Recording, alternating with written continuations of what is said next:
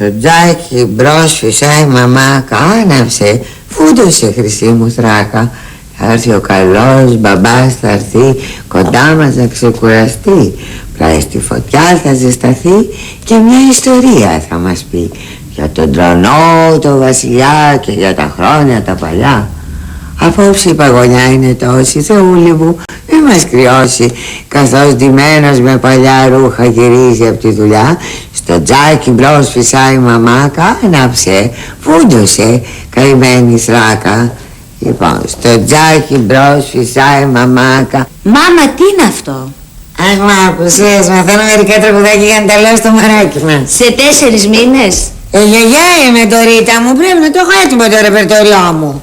Πάντως εμένα αυτό το τραγούδι δεν μου άρεσε καθόλου. Γιατί τι είχε? Τι βλακίες έλεγε? Ο καλός μπαμπάς που δουλεύει στο Ξεροβόρι και στην παγωνιά ντυμένος με κουρέλια. Α, ο καημένος. Και η γουρούνα η μαμάκα τι κάνει? Α, δεν είναι γουρούνα το Ρίτα μου, γιατί το λες αυτό? Η μαμάκα φυσάει τη θράκα για να ζεσταθεί ο μπαμπάκας όταν θα έρθει με το καλό. Καλά είπες, δεν είναι γουρούνα, μαλακισμένη είναι. Τώρα τι λόγια είναι αυτά?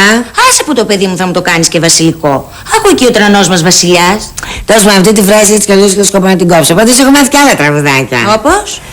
Παλαμάκια παίξετε, ο μπαμπάκας έρχεται και του φέρνει κάτι τι λουκουμάκια στο χαρτί. Δεν είσαι καλά που θα λες τέτοια τραγούδια για τον μπαμπάκα. Το Ρίτα μου, αυτό το τραγούδι δεν έφερε το συγκεκριμένο μπαμπάκα, ο οποίος αποκλείεται να έφερνε λουκουμάκια στο χαρτί διότι θα τα είχε φέρει στον δρόμο. Του περνάς λάθος πρότυπα. Και γιατί να φέρνει ο μπαμπάκας λουκουμάκια και να με φέρνει μαμάκα?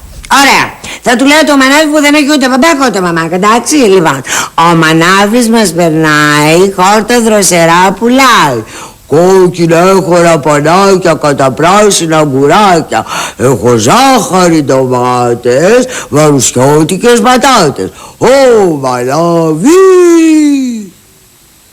Σ' άρεσε? Δεν έχω λόγια. Λοιπόν,